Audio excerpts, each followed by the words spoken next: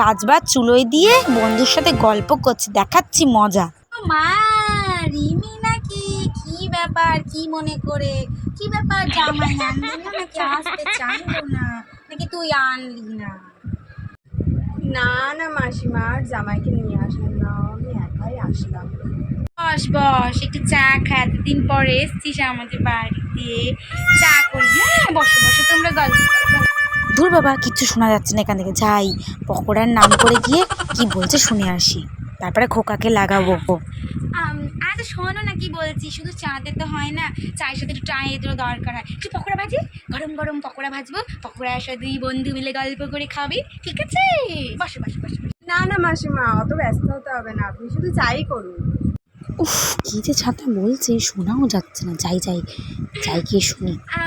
বলছি বৌমা, শোনো না, রিমি এসছে এতদিন পর দেখা করতে, কথা বলতে বলতে তো গলাটা শুকিয়ে যাবে, পকোড়া খেলে আরও গলা শুকিয়ে যাবে, তার থেকে আমি একটু কোল্ড ড্রিঙ্কস নিয়ে আসি, ঠান্ডা ঠান্ডা খেয়ে, শরবত খেয়ে, তারপরে পকোড়া খেয়ে, তারপরে চা খেয়ে ভালো করে গল্প করা। হ্যাঁ আসলে কি ভালো রে।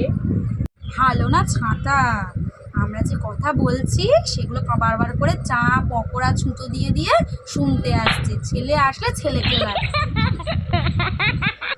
ওমা, সে কি কথা, আমার শাশুড়ি থেকে তো তোর শাশুড়ি এক পাটি ওপরে।